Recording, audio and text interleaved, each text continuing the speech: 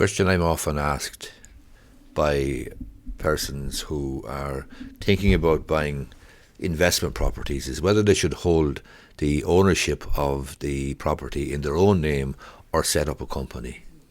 That's what I'm going to have a look at here in this podcast or this video. Firstly, personal ownership. You can look at it from two perspectives. One, rental income, and two, a future sale. When we look at rental income or rental profit earned on Irish property in the hands of a personal ownership scenario will be the subject to income tax, universal social charge and PRSI.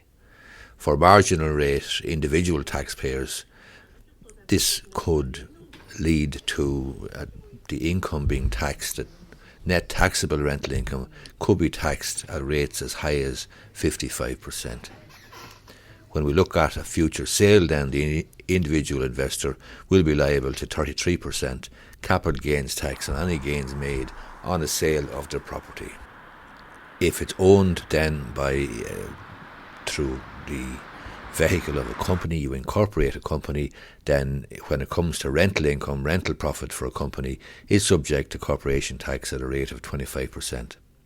However, where the company is a close company, that is, a company controlled by 5 or fewer persons, rental income may be subject to a surcharge of 20% if it is not distributed to the company's shareholders within 18 months of the accounting period in which it was earned. The effect of this surcharge could mean that the overall effective tax rate on such income could be as high as 40%. However, this is still lower than the marginal income tax rate in a personal ownership scenario of 55%.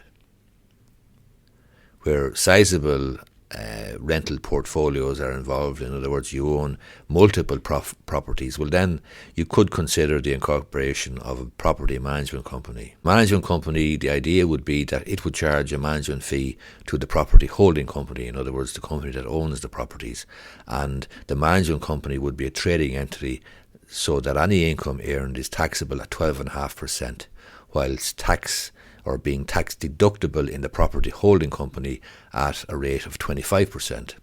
This would lead to an overall saving of 12.5% on such income.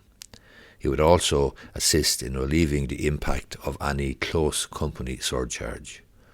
When it comes to a future sale then, if a property is sold by a company, an Irish property, then any gain on the sale will be subject to corporation tax on the chargeable gains at an effective rate of 33%. If you have a company then owning the property, you always have the issue or question of extracting the income or gains, because remember, the income belongs to the company and the gains belong to the company if the company owns the property. So the company will need to operate a 25% dividend withholding tax on distributions made to the individual shareholder. That dividend will also be liable to income tax for the individual, with, as we've mentioned already, a potential effective rate of 55%, with a credit claim for the 25% tax already withheld at source by the company. If the individual decides to liquidate the company after the sale of the property, well then any net proceeds received on liquidation should generally be subject to the capital gains tax rate of 33%. There are always two layers of tax to bear in mind where a corporate structure is concerned as a consequence. It comes then to a trading company for property development activities. You might consider a trading company. A corporate structure or a company would usually be preferred for investors who intend to acquire property or land for full development and onward sale.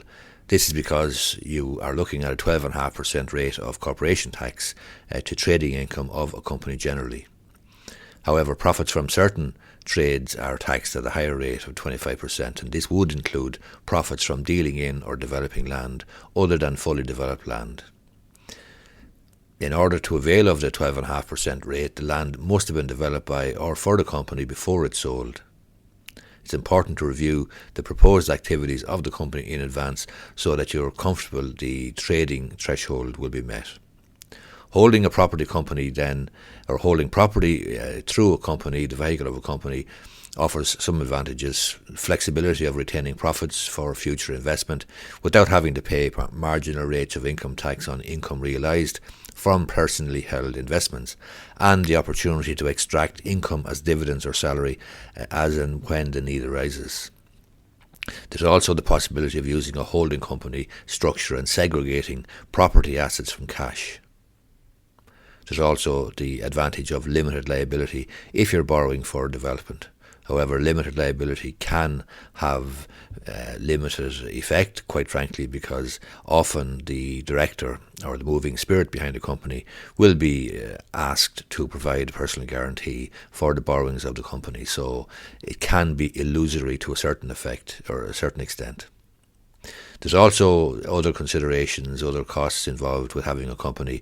For example, you will be required to file annual returns and financial statements with the company's registration office, and you will also have the requirement to file corporation tax returns with the revenue commissioners.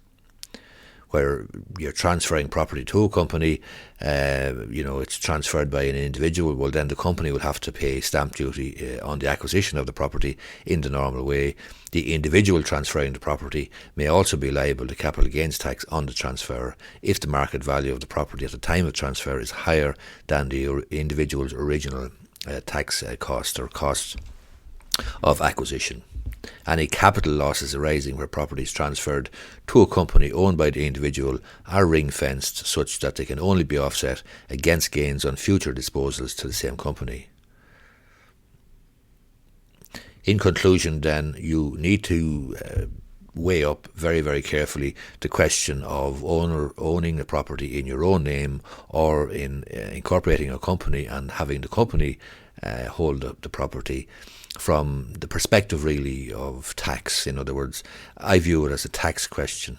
Is there tax advantages of holding it as a company or in a company as opposed to in your sole name, your own personal name? And the big factors here would simply be, in my view, the number of properties that you might acquire. If you intend building up a substantial portfolio of properties, perhaps 5 or more, perhaps 3 or more, then it may make a lot of sense to incorporate a company. However, if you are buying one property, one 3-bed semi, one apartment, whatever, and you're going to see how it goes, well then in the first instance it may not make much sense to incorporate a company.